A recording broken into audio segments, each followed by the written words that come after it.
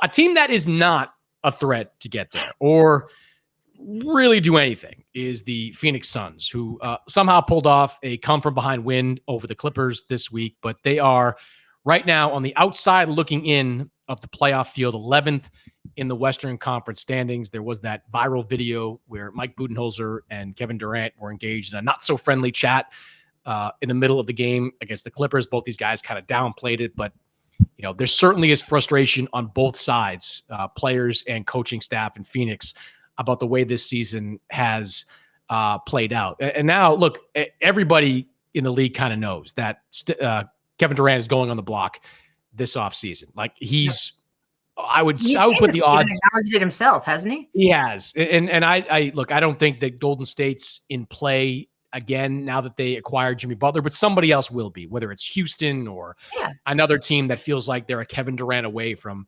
potentially winning a championship. But like in the last couple of days since this Kevin Durant opinion has been forming and been talked about ad nauseum, the messaging coming out of Phoenix is that Devin Booker isn't going anywhere. Like, they're not trading Devin Booker. Whatever they do is going to involve rebuilding around Devin Booker.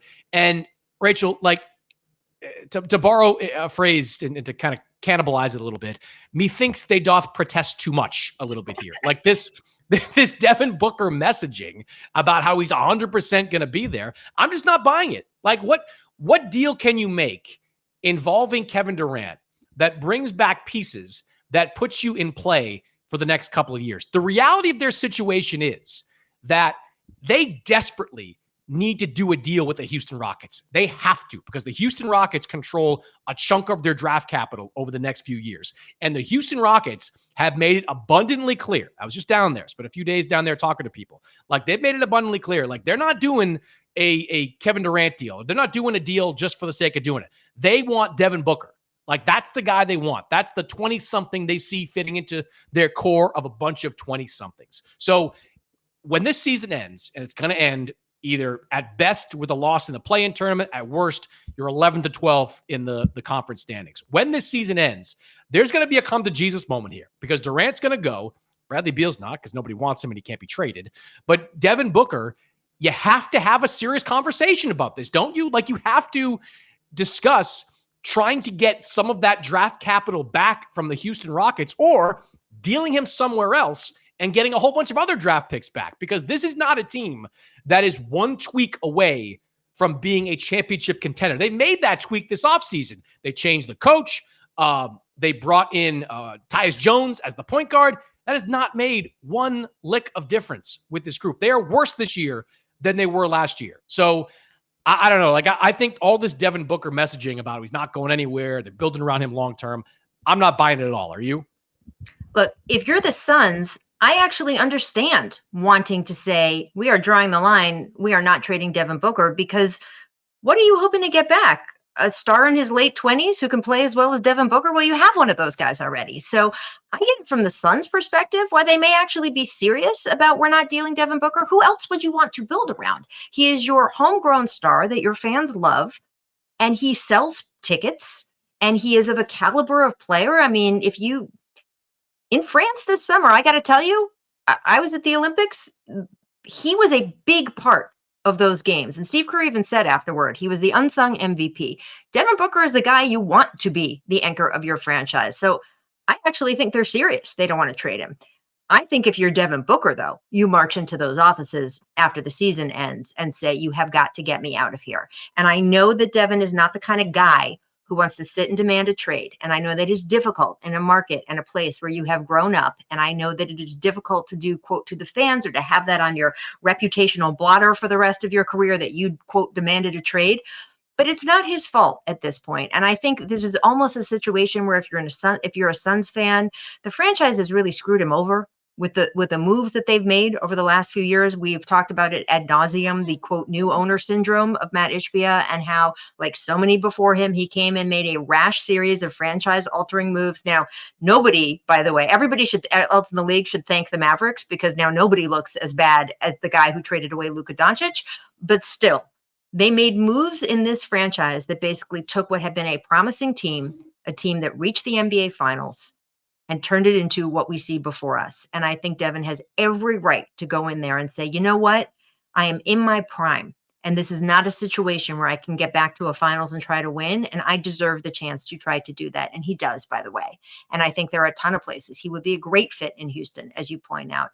He could go to Detroit. I mean, there's all kinds of places that he could go. And if I'm Book, I am going in there and saying, this has been great, guys, but you decided, you made this series of domino decisions that got us here.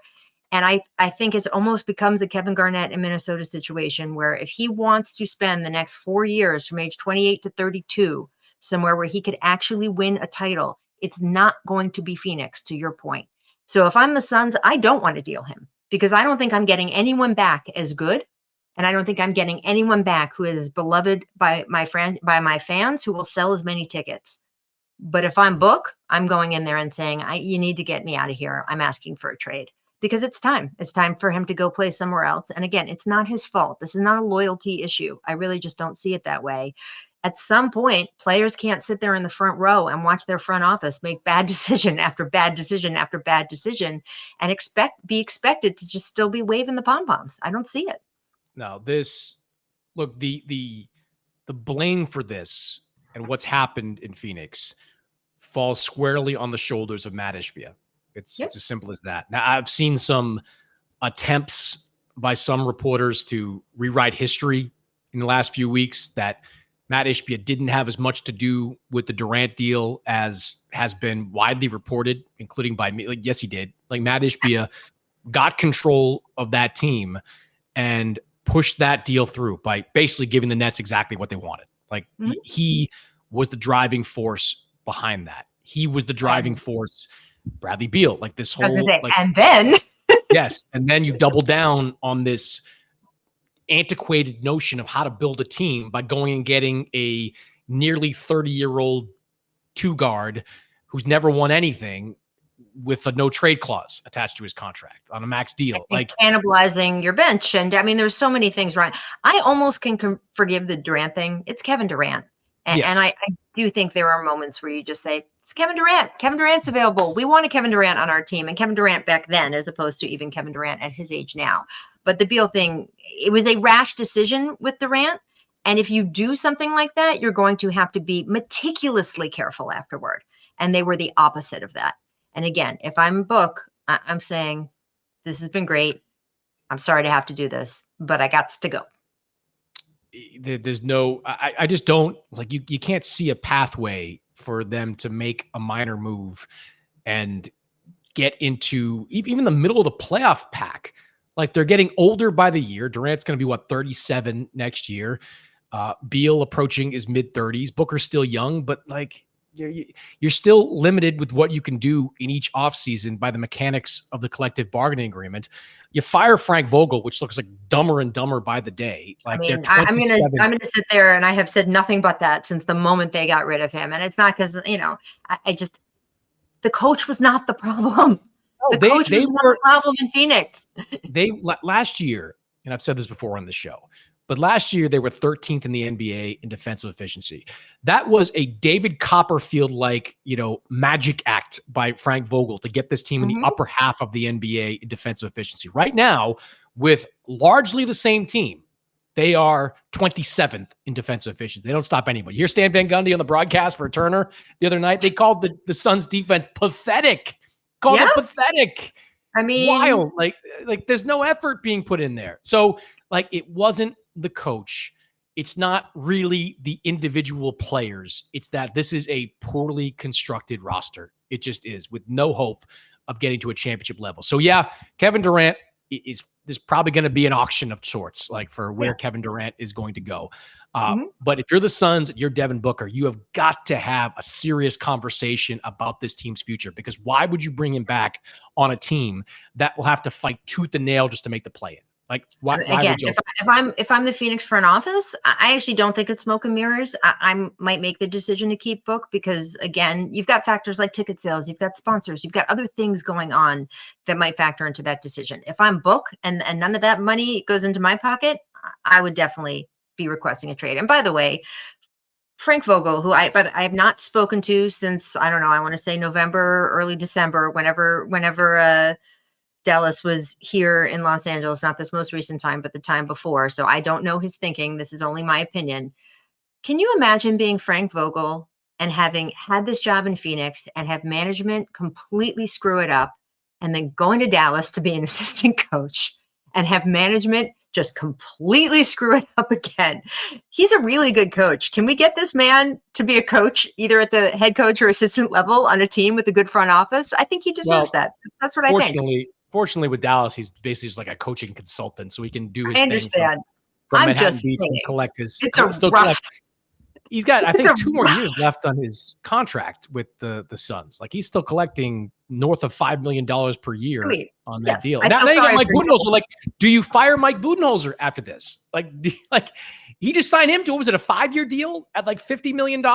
Like, you just gave him a pile of money. Like, who are you going to get? I mean, whenever we have, and you and I will get into the fire the coach discussions, in the next month or whatever it is, we'll be having this discussion about it. Unfortunately, a few guys around the league, and you'll hear me say over and over, fire the coach. The question is, who are you getting instead? Because if you can't come up with a better alternative, obviously continuity is a factor. So with Mike Budenholzer, who's not a bad NBA coach, we've seen him win a title. Could you get someone better? Probably. Is that person available? I don't know. We'll have to see who's available and what they might do there and who the team is going to be and who's the best fit for that kind of team. But look, again, if I'm Book, I'm out. The top priority has to be getting your draft capital back from Houston. Like, it has to be, because if you're going to be bad, and being bad is inevitable, now it's just degrees of bad. Are you mediocre or are you awful? Like, if you're going to be in that range, you sure as hell better have your draft capital. And the only way to do that is to do a deal with Houston. And I promise you, the only guy the Rockets want is Devin Booker. That's the only guy. But that's it. I mean, but that's the thing. Again, if I'm Devin Booker, I'm asking out. So if you're in that situation and you're forced to trade him, yes, Houston makes the most sense for everyone. It makes the most sense for Houston. It makes the most sense for Phoenix. It makes the most sense for Book, by the way. It's a great team. If you add him to that team, and again, you just spent time there with Amen Thompson and the whole group, like how? I mean, that's a contender, man. That's a team they that just want to tango with. They need somebody getting buckets at the end of games. And look, Jalen Green is going to continue to develop. Amen Thompson's going to continue to develop. But they've got, like, assuming they don't have to break up that core, which I don't think they're going to do either. Like, they have no interest in blowing up this roster to get anybody. But if you're Phoenix, you want your picks back, and you'll get your picks, and like you still have, you can do the Fred VanVleet part of all this. Like, is a team option on that contract. Like, they still want to keep VanVleet, but he's probably the most likely to go there. But you add Devin Booker to Thompson, to Dylan Brooks, to Jabari Smith, Ime Udoka, who I think could maximize. That's another thing. Seen yet? That's another thing. Like, Ime Udoka is one of the best assets the Rockets have, because a lot of players want to play for him. Like, he's a no bullshit guy that a lot of players love. And Kevin Durant, I think, would love to play for him. He had him in Brooklyn as an assistant coach that 1 year. Ime thrived in Boston. He has thrived. Like, he kicks the crap out of guys. Like, talking to some of those guys down there this week, like, some of the things he says to them, it's mean. It's kind of bordering on mean, but it works. It works. And I think guys, there's like a gravitational pull for that type of coach. So he's a huge asset for them. And I think he'd be someone Devin Booker would want to play for as well.